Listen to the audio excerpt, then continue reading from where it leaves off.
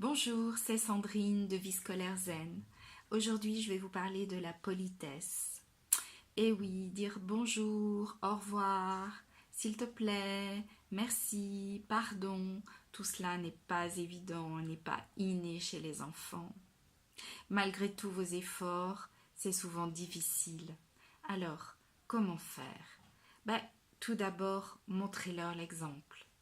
Vous, les parents, les éducateurs, il vous voit, il vous observe, il vous entend et il va faire comme vous, il va reproduire ce que vous lui donnez à voir. Donc, première chose très importante.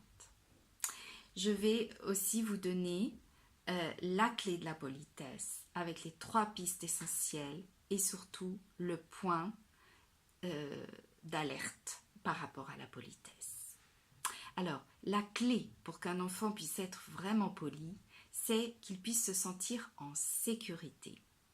Alors, comment faire pour qu'un enfant puisse se sentir en sécurité? Vous voyez bien, quand une maman rencontre dans la rue une dame ou un monsieur que l'enfant ne connaît pas, l'enfant va se blottir contre sa maman et fait tout son petit timide. Voilà, et souvent il ne veut pas dire bonjour parce qu'il ne se sent pas en sécurité. Donc, la première piste pour qu'il se sente en sécurité, lorsque vous savez que vous allez rencontrer telle ou telle personne, parlez-lui de cette personne pour que ça ne soit déjà plus une inconnue. Par exemple, vous allez rencontrer une vieille tante. Parlez-lui de cette vieille tante. Tu vois, cet après-midi, nous allons rencontrer la vieille tante Eugénie, que tu n'as vue qu'une fois depuis ta naissance. Elle habite une maison avec des volets bleus. Elle a un chien qui s'appelle Félix. Nous sommes très heureux de la voir, ça fait longtemps que nous ne l'avons pas vue.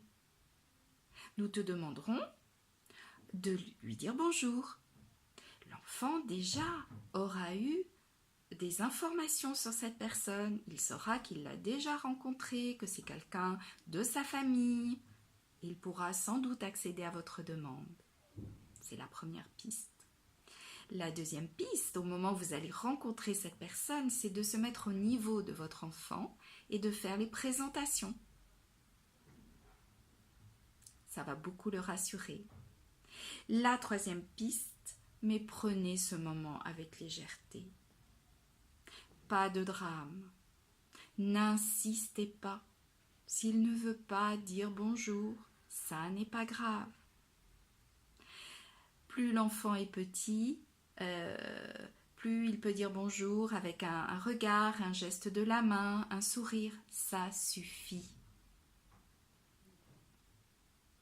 Dédramatisez ce moment.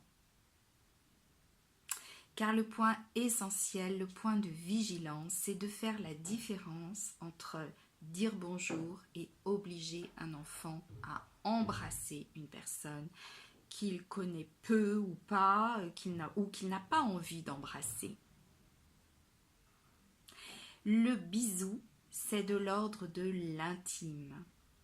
Le bisou, c'est avec papa, maman, mamie, papy, avec la nounou, avec les personnes qu'il connaît bien, qu'il a l'habitude de voir. Ça n'est pas avec quelqu'un qu'il voit occasionnellement ou qu'il rencontre pour la première fois.